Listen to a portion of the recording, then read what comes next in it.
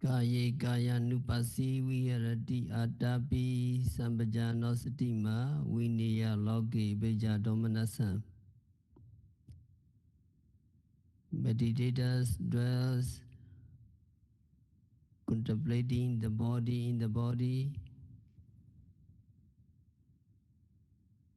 Meditator practice the foundations of mindfulness on the body,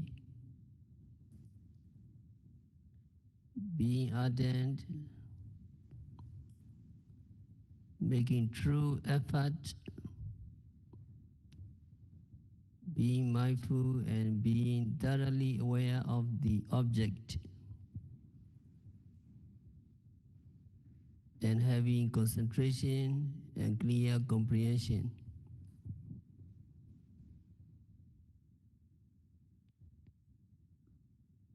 So in the practice, you make effort, so you have mindfulness.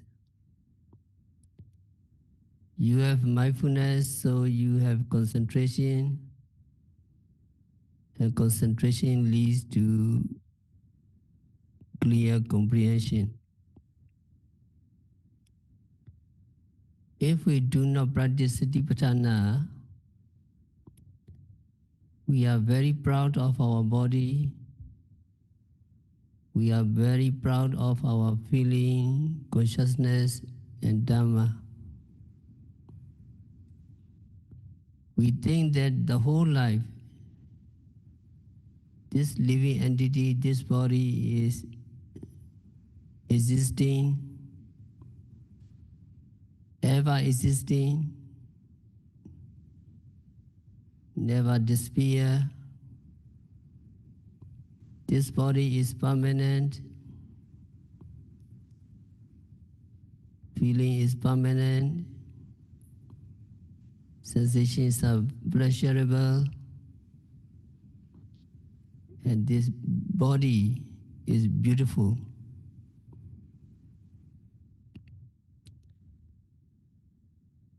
But you very fortunate to practice this Mahasatipatthana method, Satipatthana method.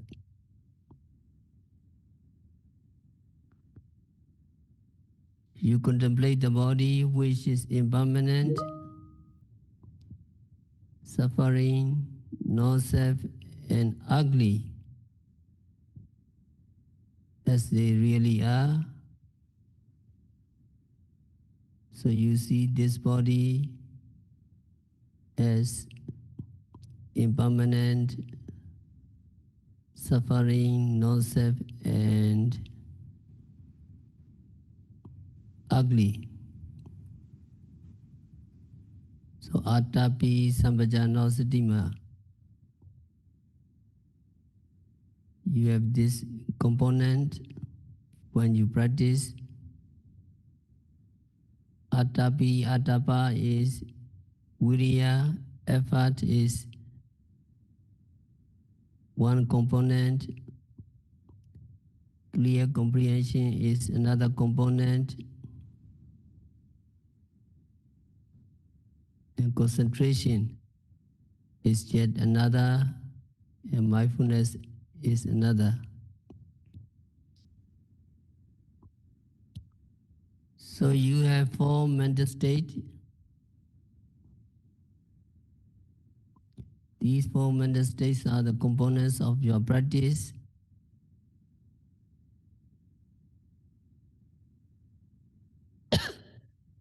When you practice, there must be these four mental states working together harmoniously. Today we want to explain again the balance of governing faculties in meditation, Indriya. When we practice meditation, there are mental states or mental factors working together. These mental states have different function. So long as they do their function well, our meditation is said to be good.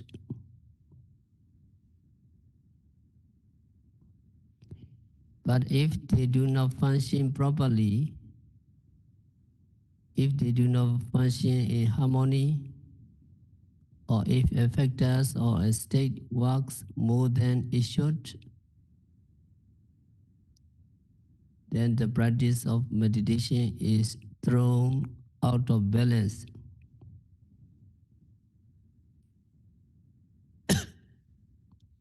So it is important that these factors be working harmoniously or doing their work, neither too much nor too little.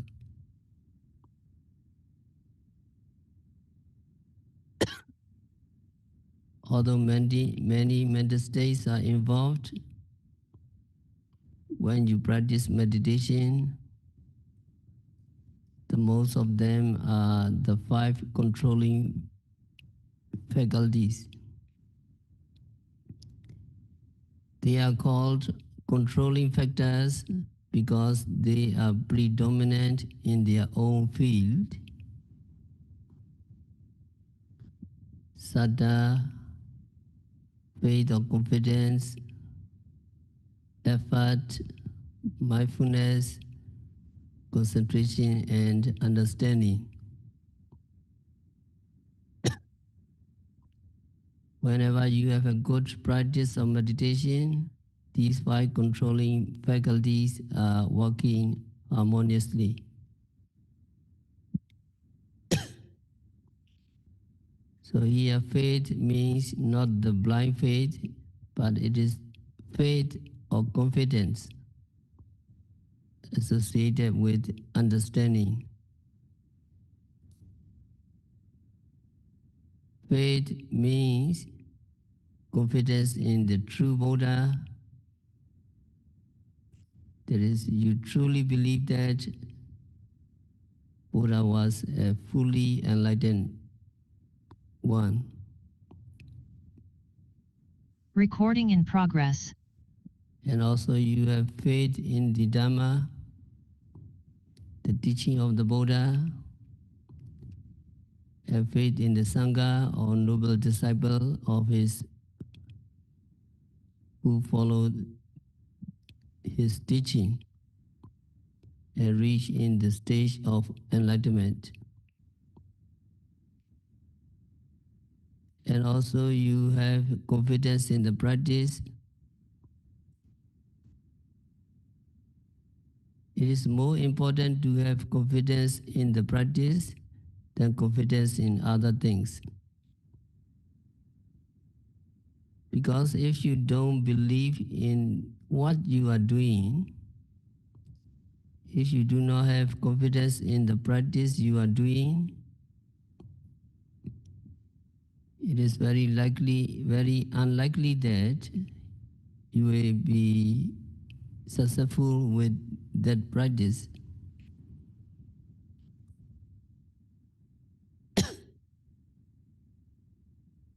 So confidence in the practice, confidence in the method of meditation,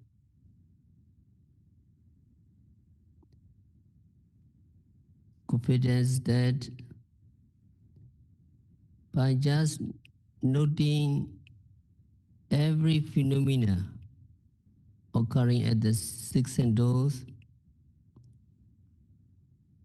breathing, rising, falling, sitting, stretching, bending, seeing, hearing, smelling, tasting, touching,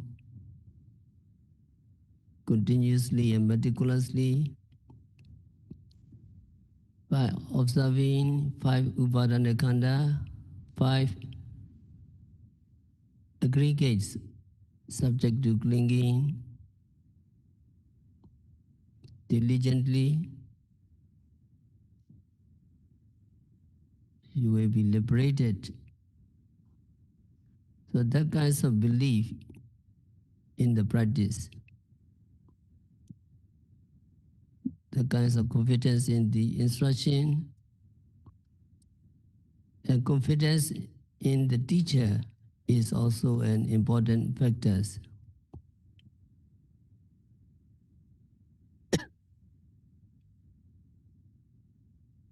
The second one is effort.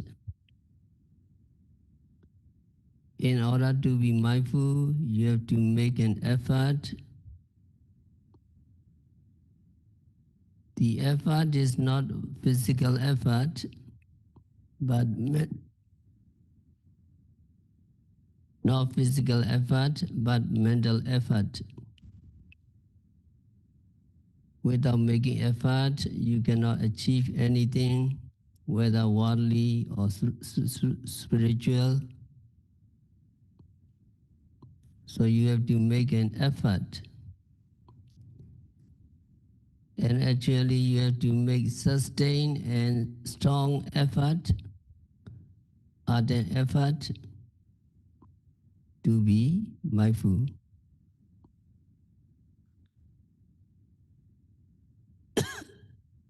But the effort you make must be neither too much nor too little, because too much effort causes agitation and too little effort causes laziness and sleepiness.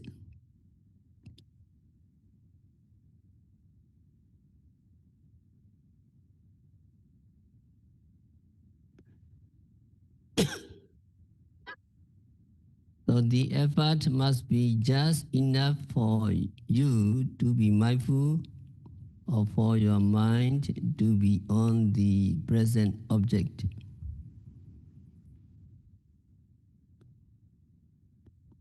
And that factor is sati, mindfulness. Mindfulness means thorough awareness of the object, or full awareness of the object. It is not a superficial awareness floating on the surface. It must go deep into the object. So this full awareness or thorough awareness is what we mean by mindfulness. When you try to be mindful of the object,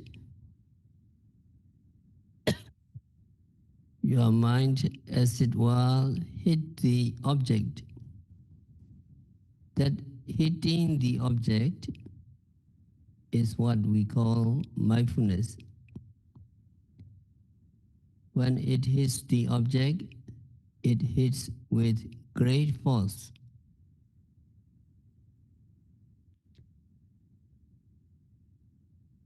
To spread the whole process.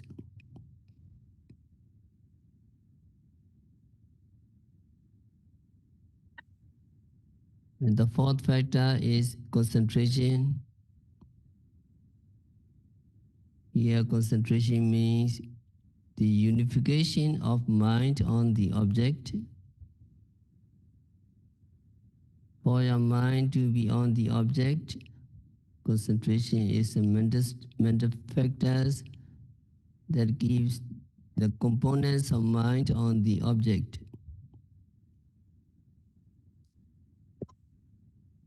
That means that does not let the mind to be distracted to the other objects.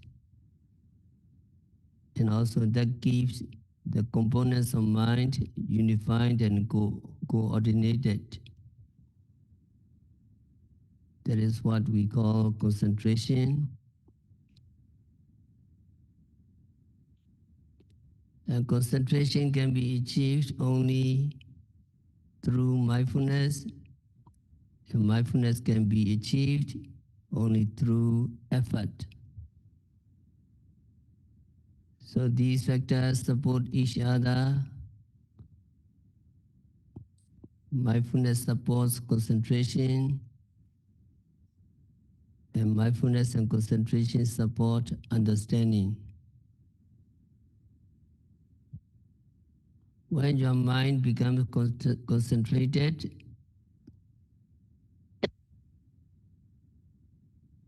it begins to see the true nature of mind and matter, or true nature of phenomena. So concentration of mind is something like the stability of the lenses in the binocular. When you look through the binocular, if the power of magnifying is great, then you know that you have to hold it very steady.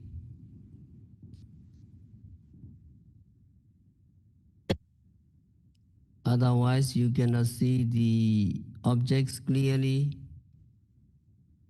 because the movement is also magnified. When you can keep the binocular steady or still, then you can see things clearly.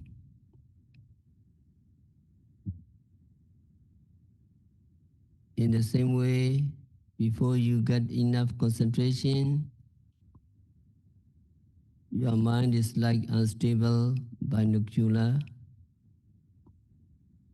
Mind is shaking, or mind is going from one object to another, and so you are unable to see the objects clearly.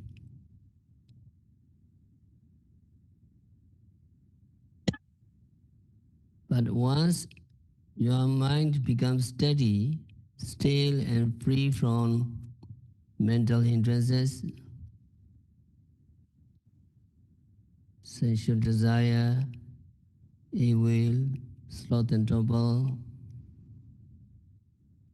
etc., then your mind begins to see the mind and matter clearly and the true nature of the object. That understanding or seeing the true nature of the objects, which is the fifth of the five factors, is what is called understanding or knowledge or wisdom here.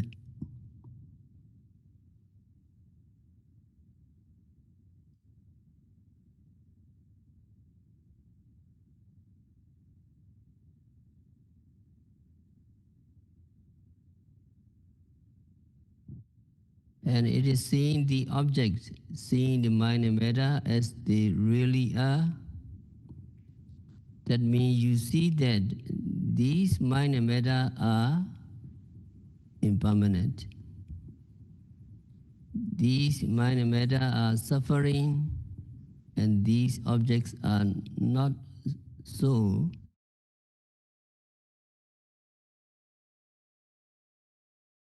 The rise and despair. You see, when you practice vipassana diligently. So these are called faculties. These are the five mental factors involved in your practice of meditation.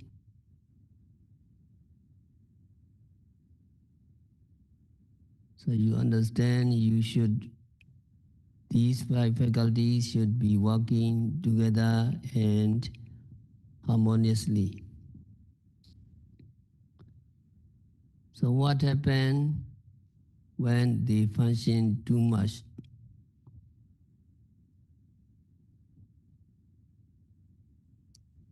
A person who has too much faith and less wisdom or understanding may take anything to be right. So he or she may not get the right information about the practice, and he or she may take up a wrong practice. And also when practicing meditation, excess of faith or confidence can interfere with meditation. When meditators begin to see the mind and matter clearly, and begin to see the mind and matter distantly and separately. And when he begins to see the arising and disappearing of these mind and matter, he becomes happy and he becomes elated. And if he has too much faith,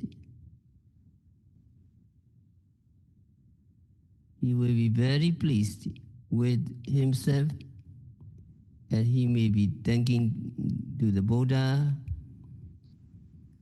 he may be thanking for his experience, or he may be thanking to his teacher for his experience and so on. So he has so much devotion for the Buddha that his mind agitated. I will share my Dhamma to my friends, to my family. I will do wholesome again and again. He have many projects to consider, to reflect on, because he have too much faith. So when his mind becomes agitated, he loses concentration. He cannot see the objects. I mean, he cannot see in his mind. He cannot see the objects clearly, and the meditation objects fades away from him, and he loses the object also. It is when a person who has too much faith, in such cases, yogi should understand that he has too much faith, and then he need to slow down his practice, or he have to make notes of that. Elated, and faith, or joy. Mostly yogi can experience at the stage of Udiyabhayana when they see the knowledge of rise and fall, they are so elated. So he need to be aware of these occurrences. He need to mindful again. And after a while, his mind becomes stable again, and he will get concentration again.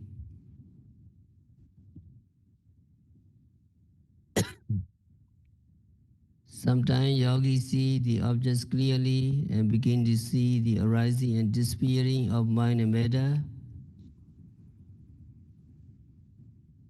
If he or she is a type of those who have too much understanding,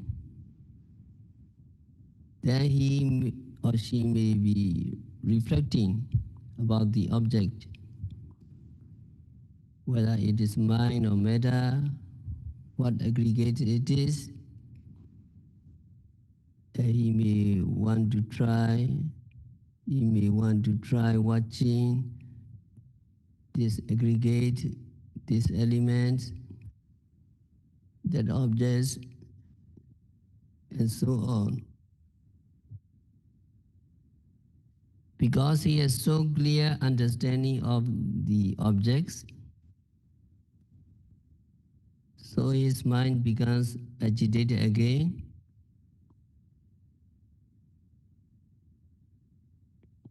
When mind becomes agitated, he is unable to see the objects clearly, and he loses the objects, and he loses concentration, and he loses the understanding.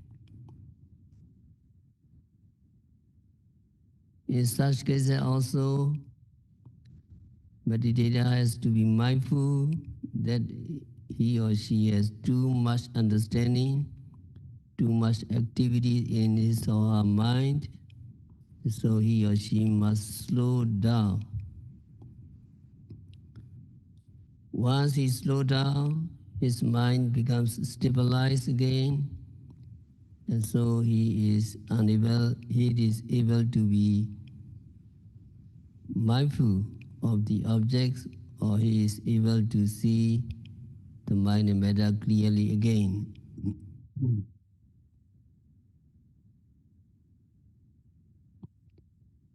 And it is said that the faith and understanding should be balanced.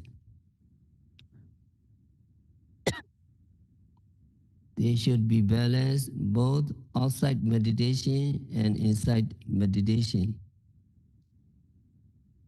Outside meditation also, faith and understanding should be balanced. If a person have too much faith and too little understanding, then he will believe in anything. If he have too much understanding and too little effort, too little faith, that person tends to become crafty.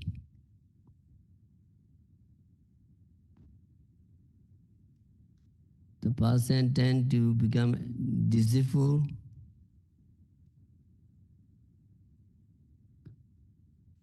IQ level too high, but EQ level very low. But when the person practicing, if he have too much faith or too much understanding, his mind becomes agitated and he lose concentration.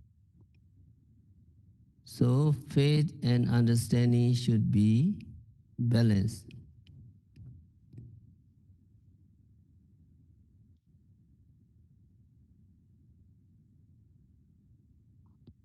And sometimes your meditation is good and you can be mindful of the objects pretty well, and then you want to make it better, so you make more effort to make it better.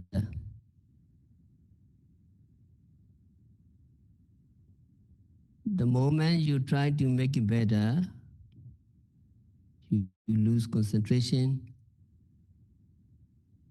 You are not able to note objects. You are not able to see the mind and matter clearly. That is because you have made too much effort more than is necessary. So too much effort makes your mind agitated again. When your mind is agitated, that means shaking, you cannot see clearly. The agitation of mind is called shaking above the objects. Shaking above the objects means the mind is not properly on the object. The mind is not stuck to the present object as it were, but it is a little away from the objects and shaking above it or moving above it. When it is shaking or moving, it cannot see the objects clearly. So a person who has made too much effort becomes agitated and lose object and lose concentration.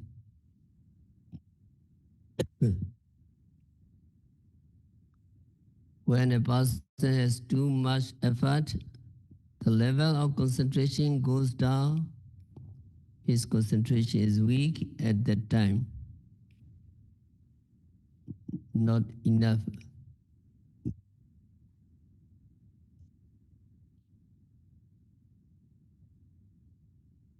In such cases,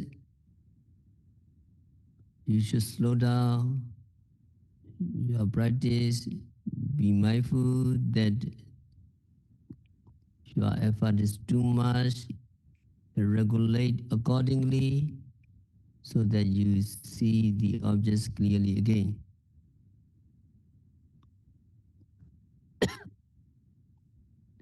Sometimes your concentration is so good that it becomes too easy for you to make notes or to be mindful of the object.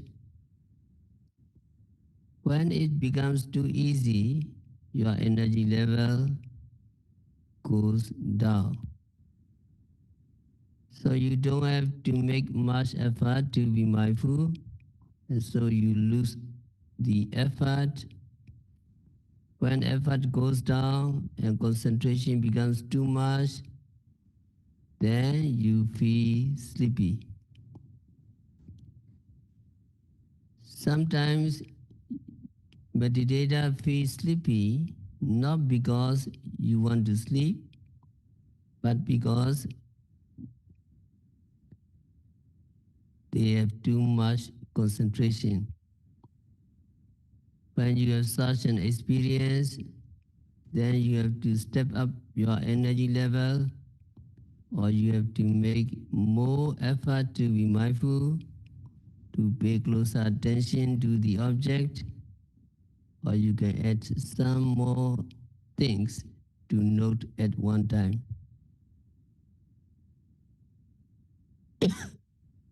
Suppose you are noting just two objects, rising and falling, two objects. Then you have to add one more object or two more objects like sitting or touching. Sitting position or touching points so that your energy level rise up. So the practice of meditation is a delicate business, and you have to understand whether any one of these factors are in excess. If any one of them is too much, then you have to know how to regulate them, how to adjust them.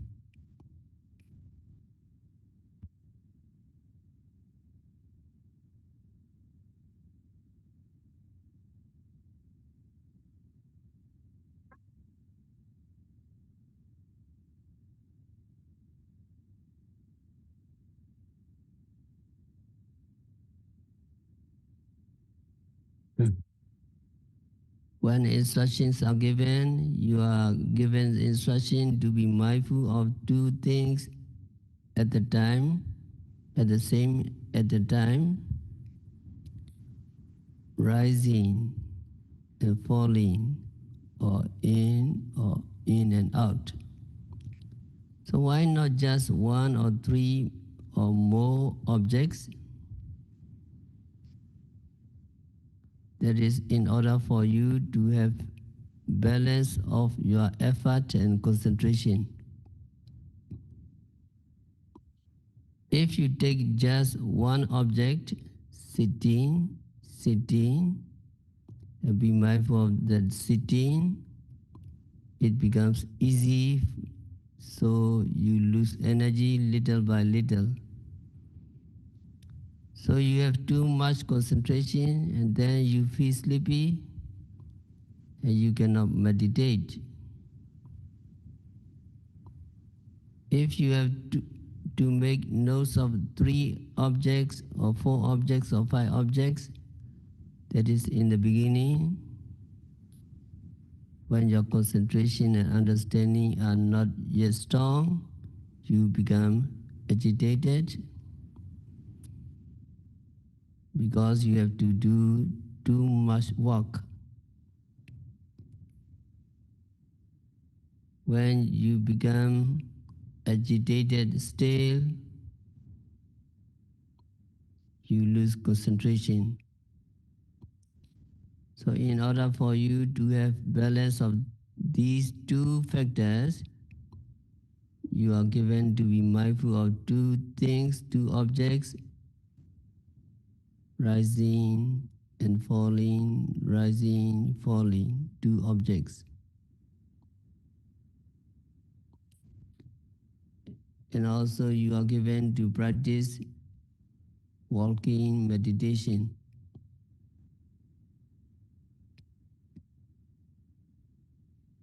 And you have to practice walking meditation and sitting meditation alternately. If you walk too much, you make more efforts.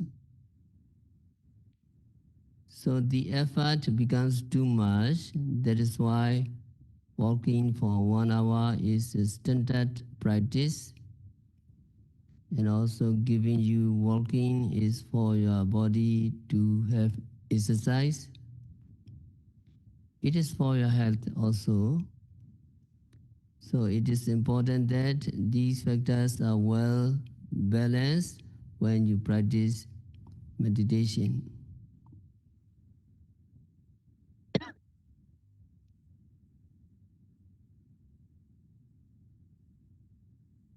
And mindfulness, sati, mindfulness is said that it is said that mindfulness is required everywhere. That means mindfulness can never be too much. Mindfulness it may be too little, but it can never be too much. And you may have noticed that mindfulness is required in keeping them in balance.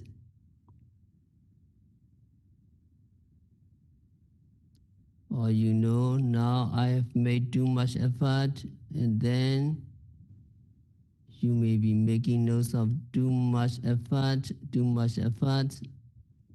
or too much concentration, and so on. With this mindfulness, you can regulate the balance of your faculties. So mindfulness is said to be regulating factors among the 5 mental faculties. It is compared to shaking salt in all dishes because it is required everywhere. And mindfulness is compared to a prime minister who did all the works for the king. So mindfulness is always good and it can never be in excess. It is a regulating factors among the 5 mental faculties.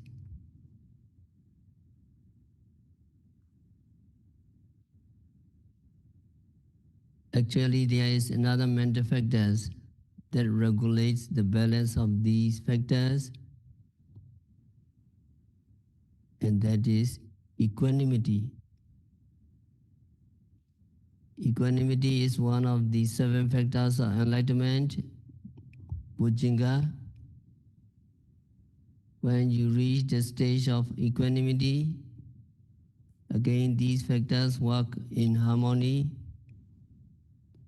So long as these factors work in harmony, your meditation is good. And you will get concentration and penetration into the true nature of mind and matter. So when you practice meditation, be aware of excess of faith or understanding or effort or concentration. If they are not balanced, you cannot meditate or your concentration is not good. You cannot get concentration or understanding of the true nature of phenomena. So these 5 factors, especially the 4 factors, should be balanced when you practice. And it is for this purpose that you note only things at a time, not more or not fewer. And also you alternate sitting and walking so that you do not have too much energy or too much concentration. By regulating the balance of these factors, you will be able to get concentration.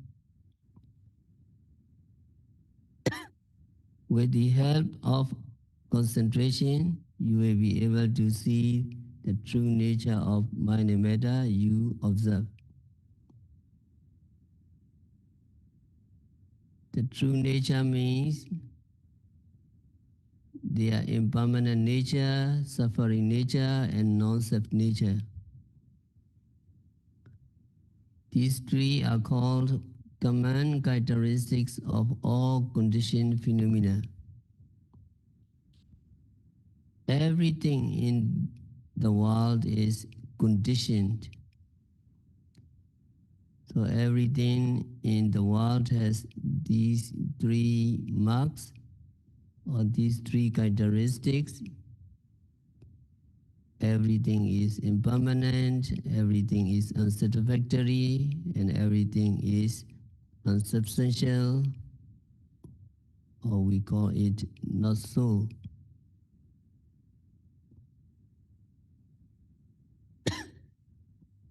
The impermanent nature we try to see through Vipassana meditation is a deeper understanding of the impermanence, not the superficial understanding. You drop a cup and it breaks and you say it is impermanent. That understanding of impermanence is very shallow, vignati in nature, conceptual knowledge. That kinds of knowledge cannot help us to get weary with the five aggregates, and so it cannot lead us to ultimately enlightenment. What we need to see is moment to moment of the impermanence, paramatta anicca, ultimate impermanence.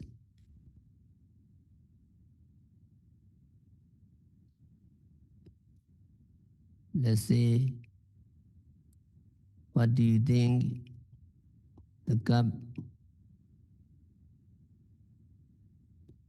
breaks? So the cup was, do you think that the cup was permanent before it breaks?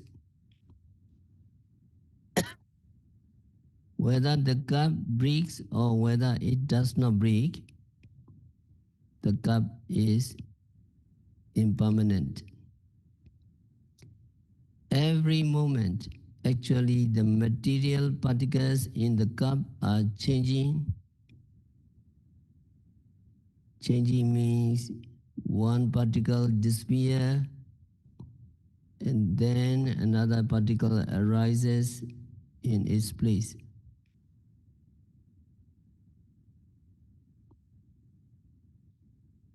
During the practice of meditation, you observe every mental state, thinking, you note it, and then it disappears. Planning, you note it disappear.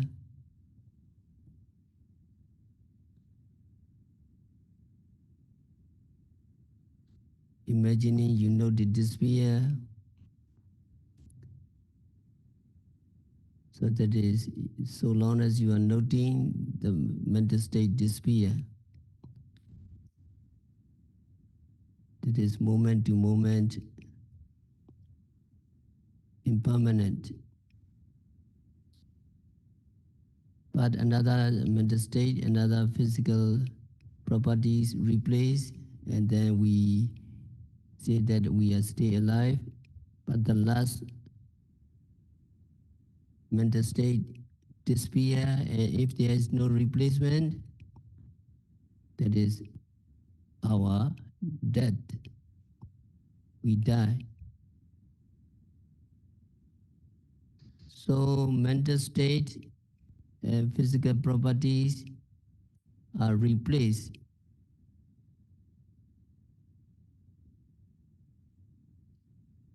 Now here changing means one particle disappear and then another particle arise in this place. When we say change, we do not mean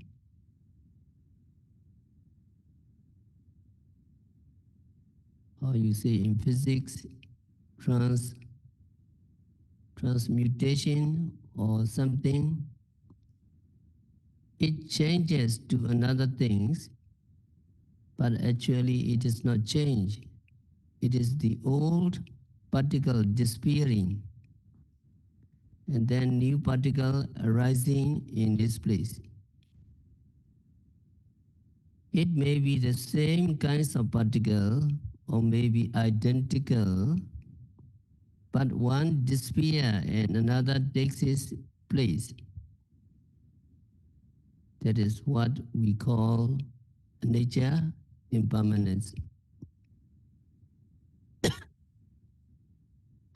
So we must see the kinds of impermanence, moment to moment impermanence. Every moment they are disappearing. Now during this intensive retreat, you can more verify. You must see the kinds of moment to moment impermanence. If you are to get weary with the five aggregates and to get enlightenment, and that understanding you can get only through vipassana meditation, only through observing the phenomena occurring at the six senses, through observing the objects at the present moment. That is what you are doing when you practice meditation. So if you have enough concentration, then you will see that moment to moment impermanence. When you see the moment to moment impermanence, you also see the unsatisfactory nature of mind and matter. That mind and matter are constantly oppressed by rising and disappearing, rising and disappearing. So there is a sense of oppression there. When you see them, then you know that they are impermanent by their nature, and you cannot change them to permanency. You cannot change them into satisfactory. You cannot change them into satisfactory things. And there is a kind of understanding of anatta. Anatta means having no control over them. We do not have control over our mind and matter. They arise and disappear as they wish. So these three characteristics, impermanent, suffering, and non-self nature, you will be able to see through your practice of meditation, but not just through reading the Dharma books, listening to the talk. Only when you see in this way deeply, can we say that you see the three characteristics. And only when you see the three characteristics can there be weariness in what is mind matter, what is suffering, and that weariness in suffering is the path to your purity. So we have to stop our discourse for today by balancing the faculties, interior, well, by practicing vipassana meditation continuously and meticulously. May all yogis be liberated from all suffering. May all meditators realize the real peace in the very near future.